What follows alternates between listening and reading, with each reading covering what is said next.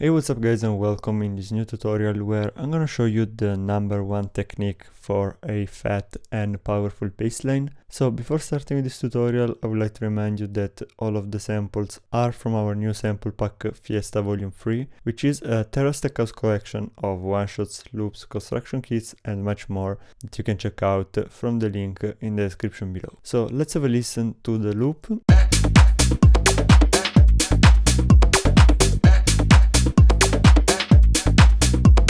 The bassline is a MIDI from Fiesta Volume 3, so we haven't touched anything on this one. As for the preset, as you can see, we have a Serum preset from our Rapture Volume 4 sound bank, and this is what it looks like. And we also have a bit of sidechain. So the number one technique that we're gonna cover in this video is parallel processing, which basically means applying effects to a copy of the signal and then blend the processed signal with the unprocessed one. So there are many ways that you can do that. In Ableton, for instance, there are three main ways. I'm gonna cover these three main ways at first, and then we're gonna go into the actual processing. So the first way that you can do parallel processing in Ableton is by simply using the dry and wet function of the different plugins. So if we open up the saturator, for example, here as you can see we have dry and wet.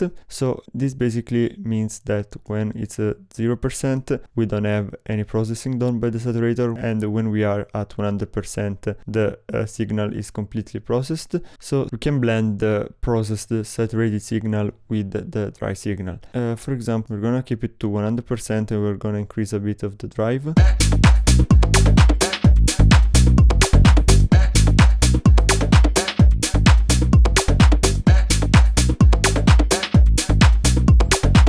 Like this. In general, when you're doing any kind of parallel processing, you want to over exaggerate with the processing that you're doing. In this case is the saturation, and then you can blend in just a little bit. As you can see here, we are below 30%. So this is the first way that you can do that. Another way is with an audio effect track, and what you can do is you create two different chains. One is gonna be the dry chain and the second one is gonna be the saturation chain, for example. And what you're gonna do is go and pick up the saturator. You're gonna keep the dry and wet to 100% in this case, and you're only gonna increase the drive.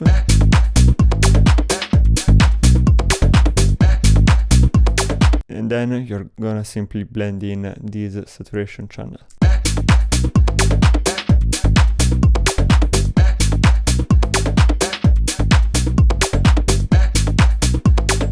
So that's the second way, and the last way, the one we're gonna use in this tutorial, is by using the return tracks in Ableton. So what we're gonna do is we are gonna turn them off. We're going into the bassline channel and we're gonna put all of the return tracks to 0. In this way, we are gonna be able to apply the effects by regulating the volume of the single channel here. You can also do this the other way around, so you can keep this one to 0 and you can set the amount of process signal that you want by changing the value here on the bass channel itself. So we're gonna start with some compression. So we're gonna call the first one compression, and we're gonna go with the Ableton standard glue compressor. So as I told you before, what you wanna do with parallel processing is to exaggerate the processing that you do and then blend in the signal. So we're gonna activate the return A, and we're gonna add quite a lot of compression.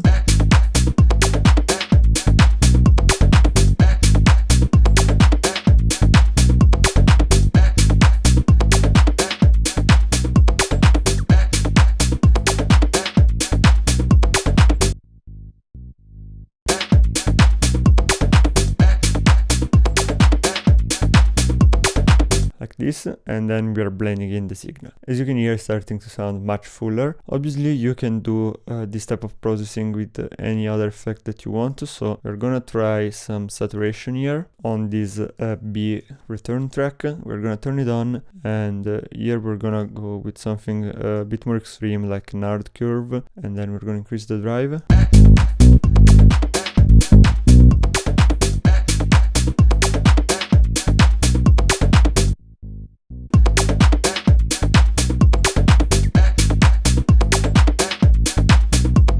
As you can hear, we're adding fatness and power, but we are not destroying the signal of the bassline. We are keeping it in a good way by blending slowly the compression and the saturation. The last thing that I want to show you, so we're gonna turn return A and return B off. We're gonna work on return C, and here I have a small chain. So another effective way to use parallel processing is, for example, if you want to add a layer to the bassline. So what we're gonna do is gonna be cutting everything below around the 200 Hz. Then we have this our bass plugin that we're gonna use some kind of enhancement and saturation.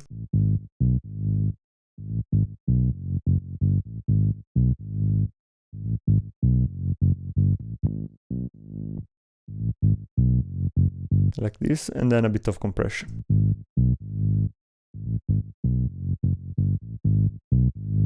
And then we're gonna blend this one in.